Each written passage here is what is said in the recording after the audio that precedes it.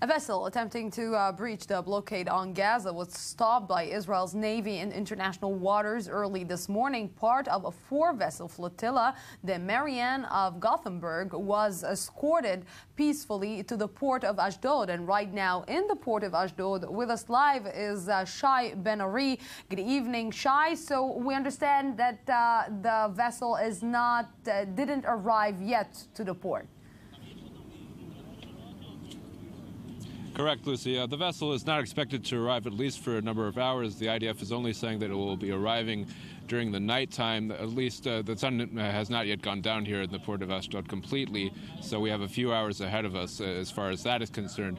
Aboard this vessel are 18 people overall, including activists, also the former president of Tunisia on board, journalists as well, some of whom we understand have actually had some of their footage confiscated by the soldiers who boarded the ship in the early morning hours, though the IDF maintains that the taking control of the ship was fairly non-violent. Only some passive resistance apparently carried out by the activists on board. In any case, it's very difficult, of course, for the IDF to look good, so to speak, with this kind of event, these kinds of circumstances. So it is perhaps unsurprising that we are finding ourselves waiting until the late hours of the night for this ship to arrive, as that will probably generate less headlines in a media context. Yeah. There are actually prison vehicles waiting for the activists once they do arrive. Yeah, surely it looks better than last time, than the time when the Mavi Marmara incident happened. But what will be expected to the activists when they will arrive to Ashdod? Apparently some policemen are waiting for them to take them under custody or under investigation, or what exactly? Yes, while we were passing through the port below here, we could see prison vehicles waiting for the activists once they're taken off the craft. They're expected to undergo some sort of interrogation, questioning once they're taken off, and later transferred to Ben Gurion Airport about an hour away, where they're expected to be sent to their countries of origin. It is not expected to take a lot of time, and I imagine they will be kept away from the cameras, again, to generate as few headlines as possible. So, Shai, if we're looking at this, and basically maybe Israel even didn't expect that there will be any weapon on the vessels this time, so why to do the big drama? Why not to let them basically go into the Gaza Strip like any other vehicles are going in through through the Kerem crossing on the shore? I don't understand why to stop it and not letting it pass.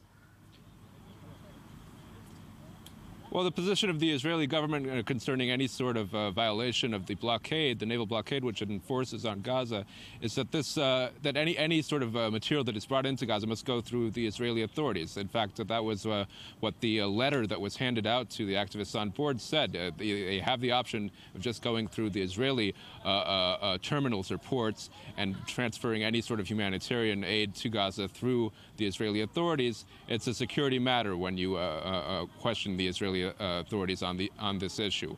Basically, the Israeli position is that nothing can enter Gaza without Israeli approval. That is the essence of the Israeli naval blockade, which is still a matter of official policy. Yes, Shai Ben-ari, thank you very, very much for this. And let's see the VTR that Shai Ben-ari, our military correspondent, prepared for us today. Another flotilla has failed to break the blockade on the Gaza Strip. IDF naval commandos boarded the Marianne of Gothenburg in the early hours of Monday morning. This after numerous messages to the boat were ignored, calling on the crew to voluntarily head to the Israeli port of Ashdod. When these went unanswered, the commandos proceeded to take control of the ship's bridge, tying the vessel to a larger one.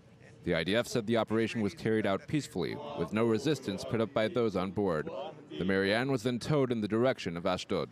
3 smaller vessels making up the flotilla decided to turn back.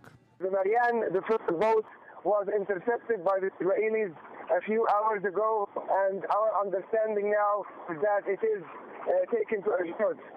We, the 3 accompanying boats, the Rachel, Vittorio, and the Giuliano 2, are turned back as per the original plan and heading back to Greece. This picture of the IDF commandos was taken by Basel Ratas, an Arab member of the Israeli parliament aboard the Marianne. The flotilla's organizers published a series of pre-recorded videos by other activists aboard the ship, including Dror Filer, a former Israeli citizen. If you see this video, It means that the Israelis have broken international law again. It means that they took us as prisoners, acting like pirates. It means that again they have prevented us to reach Gaza, to reach Palestine. It means that we are now sitting there and waiting you to act. Once on board, the IDF soldiers handed out copies of a tongue-in-cheek letter addressed to the activists and released by the Israeli government.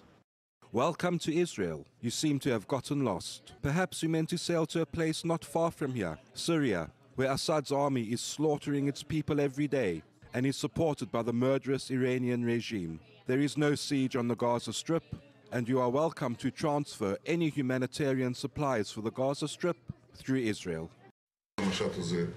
This flotilla is infected with hypocrisy, and I'm glad to say that this generates less public and propaganda impact now, because people around the world have begun to understand the lie it holds.